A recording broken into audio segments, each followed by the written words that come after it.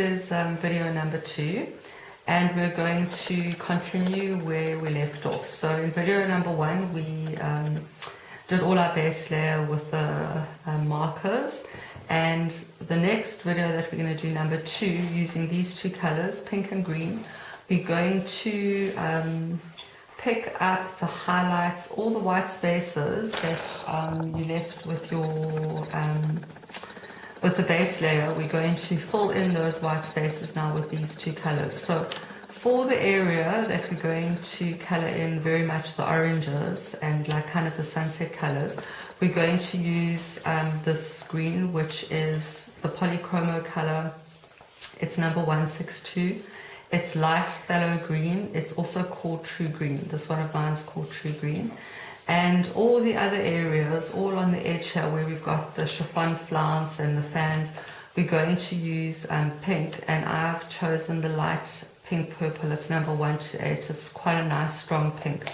So what the effect is that we're hoping to achieve by doing this is to pick up the colors that are kind of like reflecting all around on the picture, the pictures of the, you know, the sun setting and the dusk kind of emerging. And we're going to add all this pink in. So if you have a look over here, you can see, and it starts to just add something very lovely and light to the yellow area, and it adds in a beautiful contrast with the orange.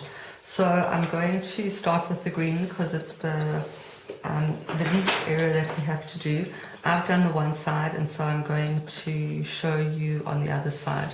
So with the base layer, you know, with the irregular coloring, it left us some white spaces, and here I'm just starting to pick up those white spaces, coloring quite lightly. I'm really hardly putting any pressure down, just wanting to fill in and cover over the white that we've left at this stage. And it's going to look, maybe if you haven't done this before, it's going to look a little bit weird and a bit irregular, but that's the whole idea and what we're going for. This point over here is a very nice kind of highlight point. So we're going to pick up some of the white and we're going to leave some of it.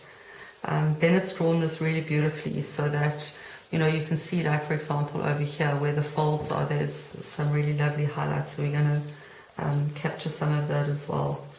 We're going to add some in, but we're not going to do it completely solid down the side here as well. So this is a little bit of a faff and a fiddle process, and no one's colouring is going to look the same here because all of us would have done, you know, our hand goes differently on the page.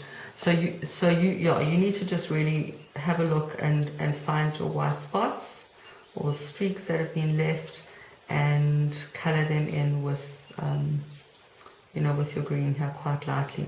Sometimes you'll have more. This has got a little bit more over here. Other place there's just a little tiny bit. So as you go along, you're going to start to pick up the color, and you can really see it starts to add in like a multi-dimension, which is what we're going for the whole time, is to you know, build up a lovely rich color by adding layers and layers and layers of color on top of each other. I'm going to carry on with this a little bit more as well, picking up on the inside here. Very light. I mean, you can see I'm hardly, you know, adding in too much color there. Try and be a little bit light of hand. We're going to add layers and layers, so it will get darker as you go along. So everywhere that we're going to color in orange, wherever we've got around here, we're going to add in the bits of green. Some pieces will have more, some will have less. We're going to really try and keep these white areas white. We're going to do our best to do that. A little bit over there.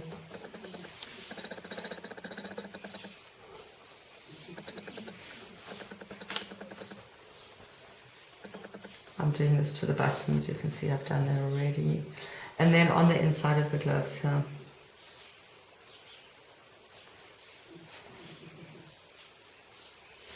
There's where they meet, where the straps meet. Need to go in there as well. Just light for now. We'll make it darker just now.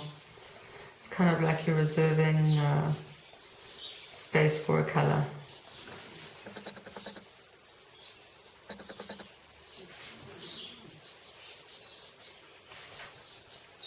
little bit at the side here.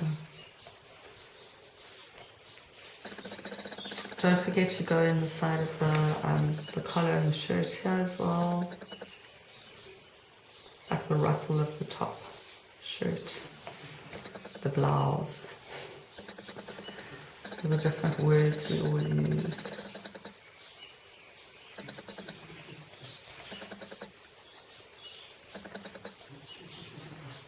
It's a very subtle little touch that we're doing, but I think you get the general idea, and that pretty much, you know, maybe there's a few little extra pieces. I find sometimes when I go back and I start doing the next thing, have to add an extra color. And then we're going to use the pink now, which is the light purple pink, number 128. And basically what we're going for is all along the edge of the flounce. We want this pink to be here. So I'm going to start here. And here with the pink we can put more of it in than maybe with the green, because we want it to blend more in. Makes it very magical, this color. Coloring at the wrong angle for myself right now. I'm just going to turn the page around so that I can just get a better angle. Okay, so I'm just going to pick up from here. And I have a tendency when I'm coloring to always do a kind of like what I like to call tonal shading. So always from moving from the inside out, I would say, with the darker, you know, kind of moving from dark towards light, so that you automatically get this lovely, you know, like over here it's darker, so I'll press darker, and then as I move away from there I'll lift my hand and it will be lighter. So you know, you're getting a lovely tonal shading all the time. It really starts to look quite interesting. And this is what on both sides of this fan, you know, they're going to look completely different, but the same, because of how our hand has gone and left these spaces for us to colour the white. Quite light, you know, just picking up just putting in some pink, smatterings of pink. When you put pink and yellow together, it gives you a bit of an orange, so it's a nice blend as well of colour. There, I hope you can see what I'm doing.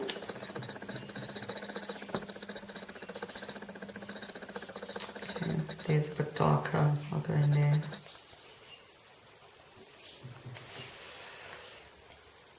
I feel like I'm jumping around at the moment, but you know, the eye catches the white spaces, that's what I'm looking for right now. Just where have I left white spaces? I'm going to work into this a lot still. So with this we're really just putting down, you know, like a secondary base layer almost. Okay, and then here on the edge you can see there's already some lovely shading, so we can go nice and dark there. And then as I move away, I'm lifting my hand up, so you get a very gradual layering of the color, so to speak. And that's what this whole step is, basically finding the whites, adding in these two contrasting colors, the green with the orange, and this lovely pink here on the side with all the flounce.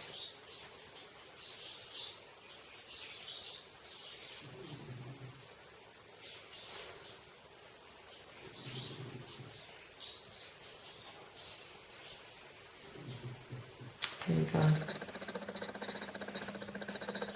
It's already starting to take shape quite nicely. And as I said, really, everybody's is going to be different. Please don't try and copy mine. You won't be able to. You can only do your own. And that's generally, I mean, the whole idea with this tutorial is not that you should copy mine exactly, but that, you know, maybe you just, you know, you get introduced to some different techniques or ways of doing things that you can apply for yourself.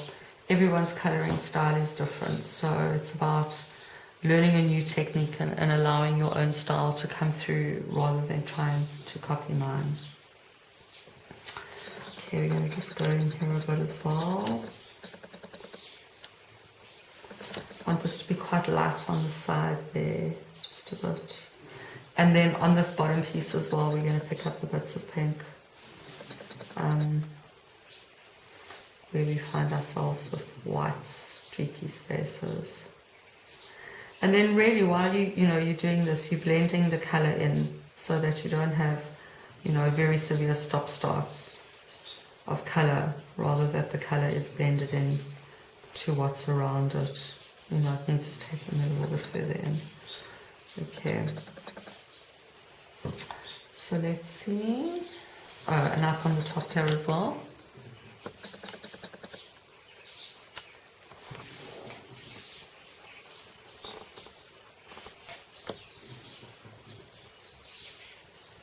Gently, gently adding the color in and then just blending it with what's around it. I like the style. I find it very forgiving. There's nothing, you can't really put color in the wrong place and you can't get it wrong. Also the fact that the two sides don't have to be exactly the same, I think is quite nice. We want them to be different. It's what makes it interesting. Okay, so I think that gives you a good idea of what that process is about. So just to recap, in the areas that are part of, this orange outfit, we're going to use the phthalo green. You're going to add that in nicely, and then everywhere else where you've got, all the flounce and the fans, we're going to use the pink. And then once we've done that, then we'll come back in the next video. Video number 3 will be, adding in all the stronger tones and bringing this alive, you can see. Okay, off you go, get that done, and we'll catch up in a bit.